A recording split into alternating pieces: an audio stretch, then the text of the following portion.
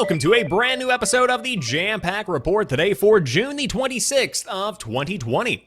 Of course, my name is Samuel Adams, and this is a daily gaming news podcast meant to bring you the hottest news you need to know from around the industry. Hosted on YouTube and podcast services around the world 5 days a week, it is your one-stop shop for everything you need to know.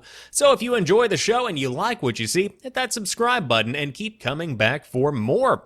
But today, PlayStation revealed the official figures, and The Last of Us Part 2 has sold 4 million copies during its opening weekend, making it officially the fastest selling PS4 exclusive ever.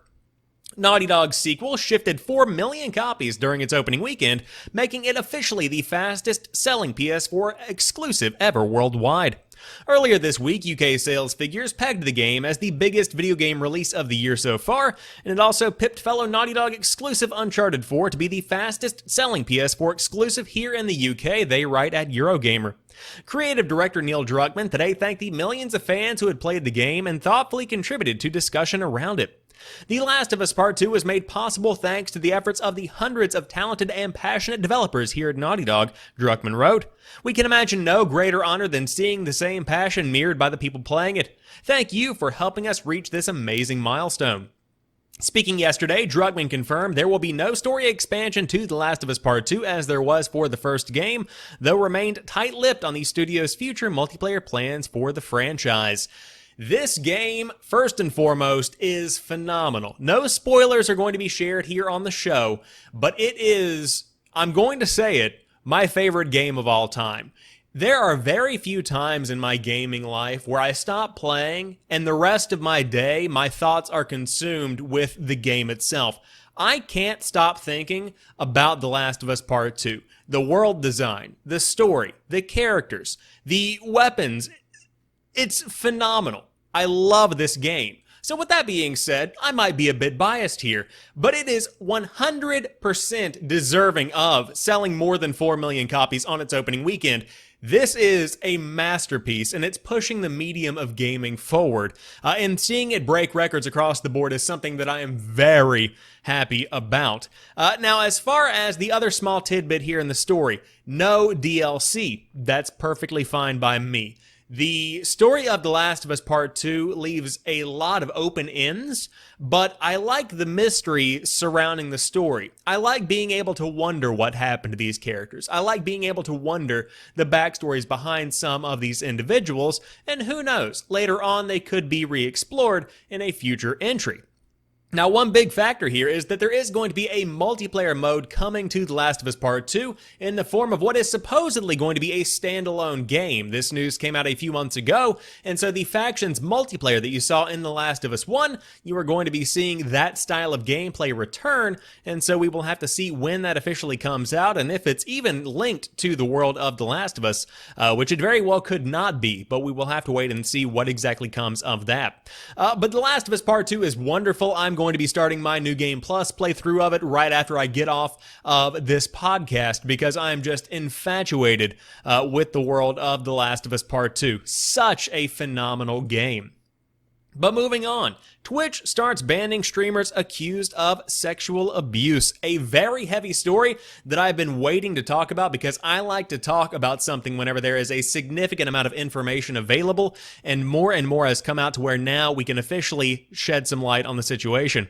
Following the wave of recent accusations of sexual abuse against popular Twitch streamers last weekend, the live streaming platform has begun banning some of these accounts.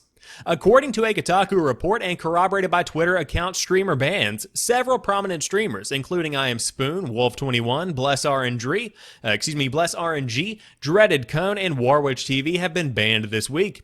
Each one of these streamers has been accused of sexual abuse and harassment, ranging from sending sexually explicit messages to known minors to physically taking advantage of women at gaming conventions.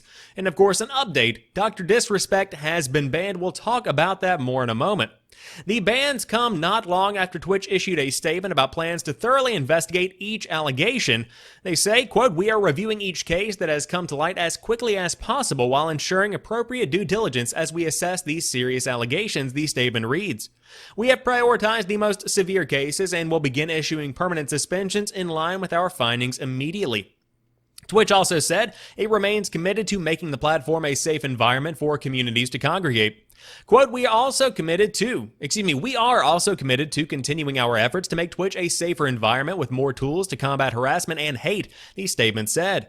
We have work underway, including a review of our hateful conduct and harassment policies, enhanced offensive username detection, improvements to AutoMod and our banned words list, and other projects focused on reducing harassment and hateful conduct.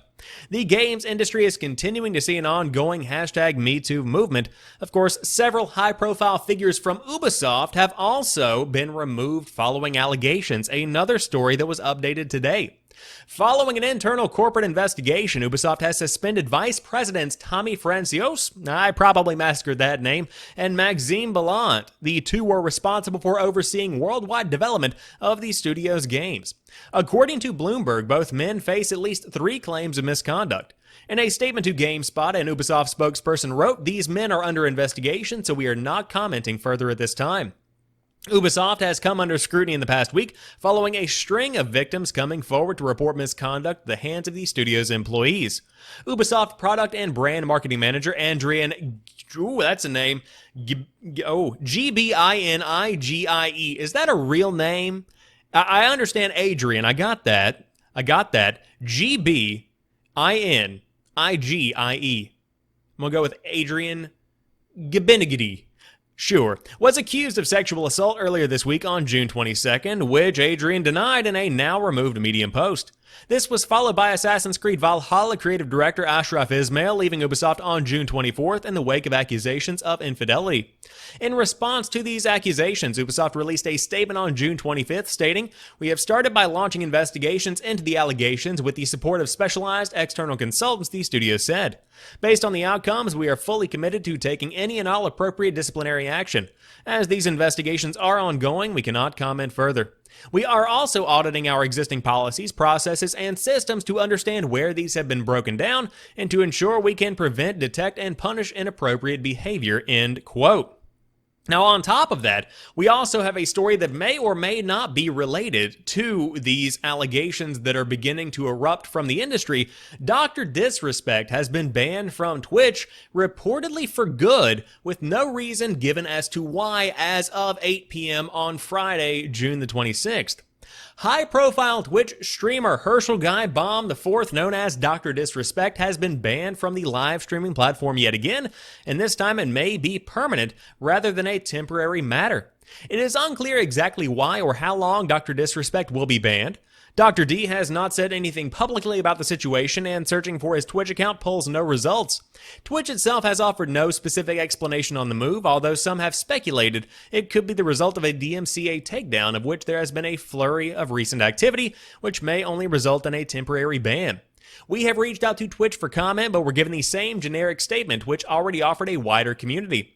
Quote, "As is our process, we take appropriate action when we have evidence that a streamer has acted in violation of our community guidelines or terms of service. These apply to all streamers regardless of status or prominence in the community," end quote. DrDisrespect was banned from the live streaming platform back in June 2019 for broadcasting from a public restroom at E3. The ban only lasted 2 weeks and saw a divisive response from the Twitch community. According to esports reporter Rod Breslau, of course, at Slasher, I always massacre that last name, DrDisrespect's ban is not related to a DMCA measure and is in fact a permanent ban rather than a temporary one. Zach Bussey, who reports on Twitch happenings, indicated there won't be a public statement shared by Twitch regarding the ban, and that he too has heard it is permanent. Another streamer, Shannon Plant, aka Shannon Z Killer, indicated that she's heard that DrDisrespect's ban is a permanent one, adding that the cause is serious. She offered no further specifics, saying she knows the reason for the ban, but she cannot say more. She does state that he is done, and not just on Twitch. At the time of this writing, his YouTube channel and Twitter account remain online. This ban comes not long after Twitch removed several other prominent streamers for alleged sexual abuse and harassment, including I Am Spoon, Bless RNG, Dreaded Cone, and others. Earlier this week, Twitch said it would be issuing permanent suspensions following its investigations into these allegations. So I bundle these 3 stories together. The Ubisoft story, the Twitch starts banning story, and the DrDisrespect story to say that the one thing all of these have in common is that accusations have begun to fly and they are being taken seriously, and the big third step, investigations are being performed to ensure their validity. First and foremost, I want to make a very clear statement. Believe women and anybody that comes forward, regardless of gender or any other kind of factor, that has a claim, because if they muster the courage to say something, there is likely validity behind it. And then bring in an external third party to investigate and ensure that everything is on the up and up. And if it's not, then you have found out a problem, and now you can implement a fix, and a long-term fix, which Ubisoft is trying to implement in their organization, of course, means creating new policies. I do want to say, though, regarding Ubisoft, I specifically remember hearing this same kind of story a few years ago, and the details may be a bit off here, but if I remember reporting on sexual assault allegations more than one time in the amount of time that I've been doing this podcast, clearly the changes that were supposedly made last time haven't been made. You have to make something that has lasting change, because updating policies is doing nothing but spinning your tires if they are not effective. And that's the big point that I want to make here. So whether it be on Twitch, whether it be on Ubisoft, or whether it be from streamers in their own personal lives and in their own personal day-to-day activities, you have to have a set of guidelines that are morally upright that you can follow, and you can make better communities. That is the biggest factor here. Whether it be weeding out people that you don't want in the community in the form of Twitch banning streamers, whether it be implementing policies that allow you to have a clean organization, or whether it be implementing personal policies in your own life, personally, that make it easier for you to be not a piece of shit. You need to implement them, whatever it may be. So as these stories come to light, again, I don't want to be reporting on it 24/7 because I know that you guys see this and I know that it's important, and I try and keep everything a bit lighthearted here, but occasionally you have to talk about something when it becomes important enough, and this has been important for a number of days now, and on top of that, the movement as a whole is important for a number of years at this point, and it really should have been important longer than that. So, of course, I will continue sharing more as we get more major information. But moving on to the next big story, a PlayStation 5 patent is pointing to potential picture-in-picture options for the PlayStation 5. You may be able to set up multiple screens with the PS5, allowing you to play a game while watching a streamer, or potentially even following a YouTube guide. A new patent published by Sony Interactive Entertainment reveals a concept whereby overlays could be placed on top of gameplay or alternatively off to the side. In the diagram, the Japanese giant demonstrates how you may want to layer a small video feed over your main screen. Other examples include showing a stream offset to the left with comments published beneath it. This could all tie into the PlayStation Assistant rumor, which has been swirling for a while, which points to some kind of Alexa-style aid being incorporated into the PlayStation 5's user interface. Sony has not said much about its next-gen operating system just yet, other than that it's lightning fast and a complete overhaul of the concepts introduced in the PlayStation 4 with all new features. And of course, more will be revealed in the near future.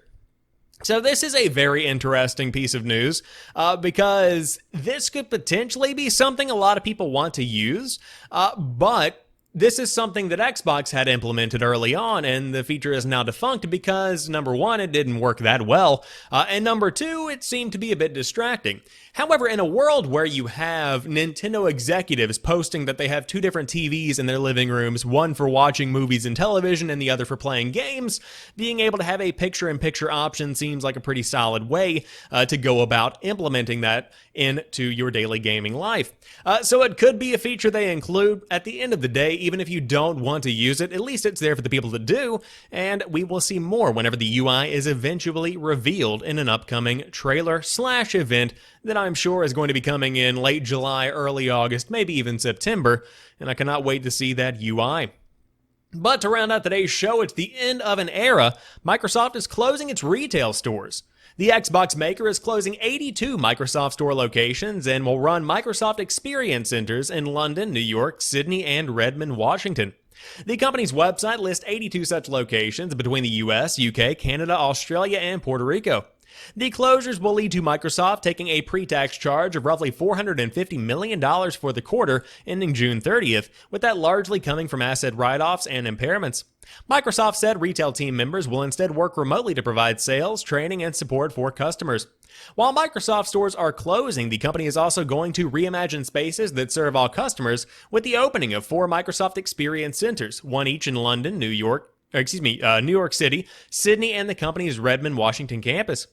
Our sales have grown online as our product portfolio has evolved to largely digital offerings, and our team has proven success serving customers beyond any physical location, Microsoft Corporate Vice President David Porter said. We are grateful to our Microsoft Store customers, and we look forward to continuing to serve them online and with our retail sales team at Microsoft corporate locations.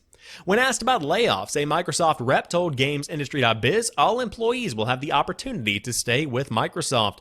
So first and foremost, nobody's getting laid off. Woo! That's awesome. On top of that, this seems to be the second step in a lot of changes that we've seen at Microsoft this week. Earlier in the week, we saw Mixer officially shut down, or at least it is going to be shut down on, I believe, the 22nd of July. And then you see Microsoft closing all of its retail stores, of which there are, I believe, 2 in my city of Charlotte, North Carolina. So this is something that is beginning to blaze the trail for the Microsoft of the future, because I think this is going to become something that's much more common for even other large tech companies like Apple. I wouldn't be surprised to see Apple stores close down. Of course, they have a bit more of a designed aesthetic to them that makes them more enticing for a lot of people. But I enjoy the Microsoft stores in my local malls. I went there to Xbox events. I went there to see new laptops. I went there whenever I was with my parents shopping whenever I was a kid, and they would be in Belk getting perfume or whatever adults buy in Belk. And then I'd go down to Microsoft and Sharper Image and find one of those massage chairs where you put in $5 and you sit there for 15 minutes. That's what I did in the mall. Whenever malls were a thing. You kids don't know about that these days, do you? But regardless, Microsoft is closing all of its retail stores, which ultimately is going to make a much leaner operation for the company overall, and be a pretty good move that is going to inevitably save a lot of money. But we'll see how it all pans out as we get closer and closer to the Xbox Series X. Ultimately, I don't think this is going to have any kind of impact on Microsoft's bottom line that is negative in any kind of way, shape, or form. But that rounds out today's episode of the Jampack Report. If you enjoyed today's show, drop me a like down below and let me know what you think about everything we talked about today, but specifically The Last of Us Part 2 being the fastest selling PS4 exclusive. Would love to hear your thoughts on that. But until Monday, you guys have a fantastic weekend. I'll talk to you soon, and peace.